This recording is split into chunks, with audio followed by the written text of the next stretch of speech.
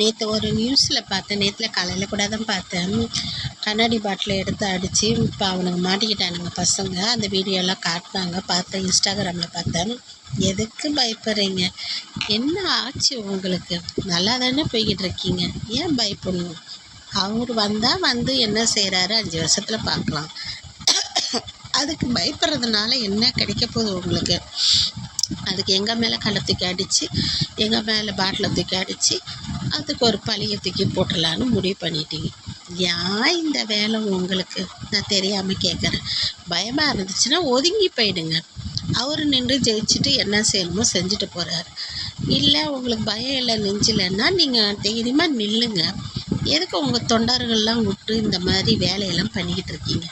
உங்கள் தொண்டர்களுக்கு நீங்கள் சொல்லுங்கள், வேணாம் நான் நிற்கிறேன், எனக்கு ஓட்டு மட்டும் போடுங்க, மற்றதெல்லாம் நான் வந்து பார்த்துக்கிறேன் அப்படின்னு சொல்லுங்கள்.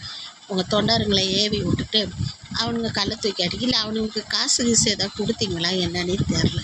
பாவம் அவனுங்க செஞ்சுக்கிட்டு அவனுங்க படுற அவஸ்தை. இப்போ மாட்டிக்கிட்டானுங்க. இப்போ என்ன பண்ணுவாங்க? ஜெயிலில் போய் உட்காந்து களி தத்துணும். வீட்டில் நிம்மதியாக சாப்பிட்டுட்டு தூங்குறதுக்கு, வேலைக்கு போனோமா, சாப்பிட்டோமா, தூங்கினோமா, குடும்பத்தை பார்த்தோமா, அதை விட்டு கட்சி அது இது கட்சிக்காரன் என்ன கொடுக்க போகிறான்? இப்போ உனக்கு என்ன பெரிய பதவியை தூக்கி கொடுத்துருவானா? இல்லை நீ செஞ்ச பாராட்டு விழா நடத்த போகிறானா? இல்லை எதுவுமே கிடைக்காது உனக்கு. இப்போ ஜெயிலுக்குள்ளே போய் கிடப்ப. அப்புறம் ஒரு 2-3 நாளில் ஒன்று வெளியே எடுத்துருவாங்க. எது ஒன்று பார்த்தாலே காரி துப்புவாங்க ஜனங்க. பிள்ளைங்க மேலெல்லாம் பட்டுருந்துச்சுன்னா என்ன ஆகும்? மீட்டிங் தானே நடக்குது, எதுக்கு? அப்படி தான் பெரம்பூர்லேயும் பழத்தை போட்டு நோண்டி வச்சுருக்கீங்க.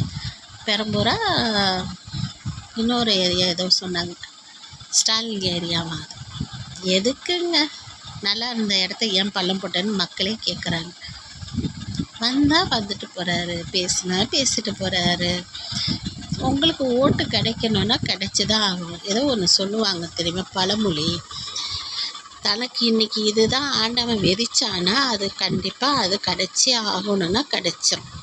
இல்லை ஆண்டவன் இன்றைக்கி இல்லை, உனக்கு இன்றைக்கி இந்த சாப்பாடு கிடையாது அப்படின்னா அது கிடையாது தான். வடிவேல் கூட இல்லை, விவேக் ஒரு காமெடியில் சொல்லுவார், ஆம்பூர் பிரியாணி எனக்கு கிடைக்கணும்னு இருந்தால் கையில் இந்த நாய்க்கு கிடைக்கணும்னு இருக்குதான்னு தெரிலன்ற மாதிரி ஒரு காமெடி ஒன்று சொல்லுவார்.